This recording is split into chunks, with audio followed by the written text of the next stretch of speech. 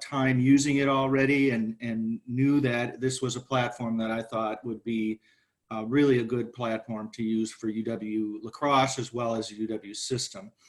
The way we set up our program too, just to give you some idea of how you can do this, it's easy to set up into modules. We set up 3-week modules for our online learners. We also set up multiple ways for them to turn in assignments. They can do everything from a text box to turning in an actual project of some sort. They can turn in a hard copy. They can do just about anything as far as how to turn in assignments. It's very, very flexible that way. You can also set up the due dates very, very easily. There are multiple ways to set up the due dates, and you can be flexible with them, or you don't even have to set up any due dates if you don't want to.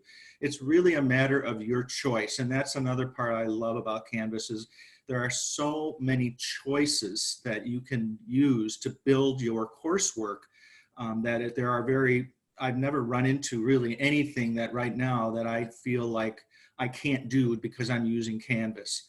The announcements are there as well for your students to look at. You can do that on a daily basis, a weekly basis, however you want to. We tend to use the announcements as a place for not only giving feedback, but also a place to highlight important news items, current information that's come up in the field of education. We use the email portion also. Canvas has its own built-in email program that's outside of your own Outlook email or whatever email you use. It can also be tied directly to your Outlook email so that any emails that you send or receive through Canvas can also show up in your regular email folders that you use, such as Outlook or Google, whatever the case might be.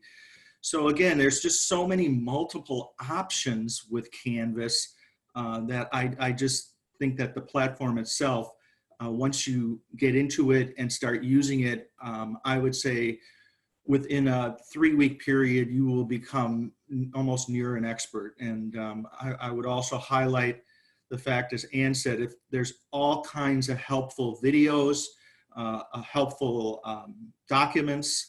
If you can't figure something out, you can find the answer to how to do it by looking in the help sections, or as Ann said, you can also call in directly and get your answers from the help center at Canvas as well. So those are some of the things that I really appreciate about Canvas. I'm really happy to hear that many school districts are beginning to take a look at it and decide if that's a platform they want to use with their students, K-12 as well. I think it's something that we as a university have found very useful, and I think that the schools will also find it very useful. Ann? Yeah, I echo a lot of what Bill said. I very much appreciate how Canvas is improving their ability to interface with different applications and technologies. So for example, at UWL, we'll be able to use Zoom right within Canvas. A lot of school districts will as well. The Google Suite can be included in your Canvas site.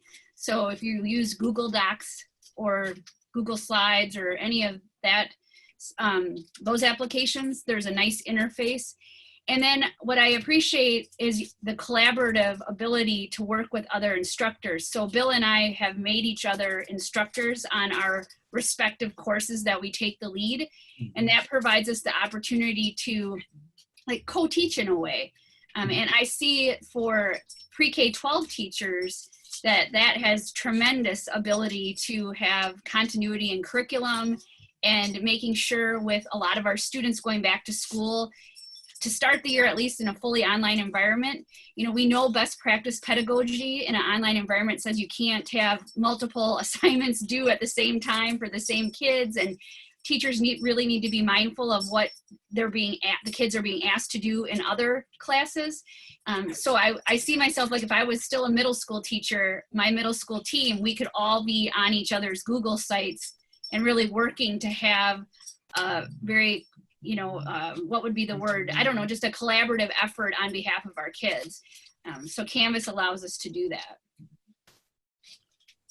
Oh, and one more thing. I really like the grading feature. Bill mentioned how people can upload their work in a variety of different ways. The instructor can choose that. So if you want to see how your student is doing with their writing, you can require them to upload something that's written.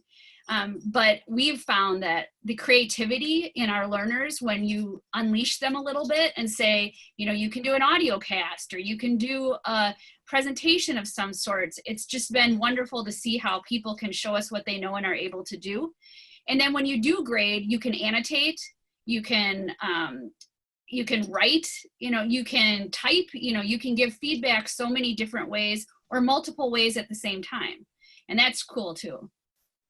I think one of the things too, just to piggyback off of what Ann just said, is that Canvas has really kept up with all the other platforms. If they don't have something available to you, you can ask them and generally they can figure out a way to do it. As Ann said, they've added Zoom now to Canvas, so that's another platform that we'll be using. They also have added the ability to put your students into small groups while you're synchronous, while you're live, while you're able to join different groups then on your own. So it's very similar to as if you were in the classroom, only you're doing it online, obviously. And you can assign the groups, you can have them pick groups. You can also show documents for them to fill out and organize within the assignment while you're doing it live. I found that to be very, very helpful and useful. And that's a fairly new feature. I like that. I would also say, as I'm thinking about it too, some of the other features they've added recently are things like the grading system, like Ann talked about. You can go right into grades and actually assign a grade for all, if it's all the same grade, very quickly. It can be done without taking very little time once you figure out how to do that. It doesn't take a long time to figure out. There's drop downs. You can add grades easily. And as far as feedback, you can also give feedback in a lot of different modalities, not only written, but voice or video or both, video and voice. So there's lots of different ways, again, to use it. It also has a chat feature that we've used quite often, which is nice. Another live feature that you can use if you don't want to have a video mode. It also has some unique ways to share information back and forth when you do chat versus an audio video recording or presentation. It also allows for several students to give a presentation also online, which is another feature that I will be using a lot this semester for one of my courses. And I know that that is also something that's fairly new. So like I said, Canvas has really kept up with all of the latest features that teachers, whether you're teaching pre-K or you're teaching college level, undergrad, graduate level, whatever it might be, those features are there. They're there for you to use. For each of you, Mitchell, I'm thinking about this, see if this helps you in terms of Twitter content. 3-4 words or a phrase to describe Canvas, in your opinion. 3-4 words, that's it? 3-4 words or a phrase that you would use to describe Canvas. I would say intuitive, flexible, and ease of use, I guess, at this point. I'd say agility, and it's user-friendly. Mm-hmm. With that, though, I think that pre-K-12 educators have to allow themselves to spend the start of the school year helping their students learn how to use the technology as well. I know that there's this, I hear teachers all the time talking about, wanting to make sure that they're getting into the content because students missed out on some of their learning in the spring. But we also have to make sure they know how to use the technology. And we can use, I think of like how our students or younger people are so great with a lot of different technologies. You know, they can help us learn how to use Canvas too, you know, and by using student voice, asking the students what's working for them, what is confusing, that can help us tailor what we're doing as educators to better meet the needs of our students. Well, I have the two of you here. Bill, this question is for you because we're going to look for some social media content. Talk to us about our newest addition to our facilitators. Talk to us about Trent. Oh, okay. And Anne can talk about Trent too. She has had a lot of experience working with him. But Trent Rasmussen is going to be a new teacher in our program, a new professor. He will be involved in the Director of Instruction program. At this point, he will be teaching the Curriculum and Leadership course. Trent has a lot of great insight into education. He understands the nuances of education. He understands that the needs of teachers. He comes to us from a CISA position where he's working currently full-time, and understands that there are various modalities that can be used in teaching online as well as face-to-face. And he's out there promoting those types of learning environments. So he will be a great addition to our courses because of that, because he has the experience, he has the knowledge base, and he has the Director of Instruction licensure as well. He has been able to do a lot of work in his current position in the area of curriculum. And so he's fairly new at the position, but learning just like the rest of us, and wants to continue to grow. And that's why we asked him to be a part of our team. Anne, from your standpoint? I think that with Trent coming from a CISA, one of our cooperative educational service agencies, the nature of his job affords him the ability to collaborate and network with multiple different types of educators and across multiple districts. And that brings such a vast perspective to our group of facilitators to be able to hear what's happening in other places, learn from what's working, learn what isn't working. I think it's going to just really continue to elevate the nature of our program.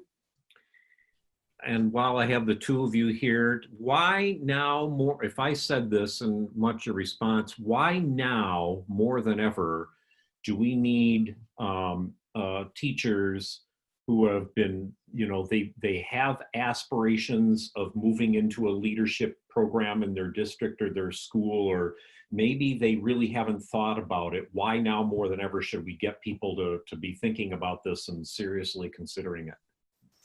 I can start with this one. I've been thinking about this quite a bit, and as educators, you know, we're leaders in our communities. We can really be role models and help people see what can be. You know, we raise the ceiling on the lives of our students and the people in which we serve. And I think that we're in a time in our world where we need educators to take a stance against things that are happening that aren't just, and help our students see that they can make changes and that education is the venue for them to do that. So I would like to see us help our kids fall back in love with their learning, the ones that have fallen out of it. And then also those who become principals, you're really the linchpin, you know, of your school, oftentimes in your community. And it's a powerful responsibility, but it's such a great gig. So Bill and I are always open to talking to people about whether this might be the pathway they want to consider. We've had multiple teachers go through our educational leadership graduate program and talk about how maybe right now they don't want to be a principal, but it sure helped them be a better teacher. And they see things from a macro view, and they feel as though they're better able to serve their students in their classrooms because of it. So I'll ping pong to you, Bill. Okay. Well, I think Anne said a lot of what I would say as well. I guess I would add that we're in an era of where we really need leaders that are compassionate and understanding of others. One thing that Anne and I really try and drive home, so to speak, when we're teaching is the idea of working in cooperative teams, the idea of working collaboratively, the idea that giving teachers and students, all community members, voice in the decisions that are made within a school and school system can only be beneficial to the community at large. So us as role models, being active listeners, being able to understand different perspectives, even if we don't agree with them, really being courteous and doing this with integrity. There are days when it's hard, yes, but it can be so rewarding also when you get to that point where you see changes happening that are affecting students in such a positive way. Those are the key elements of why I would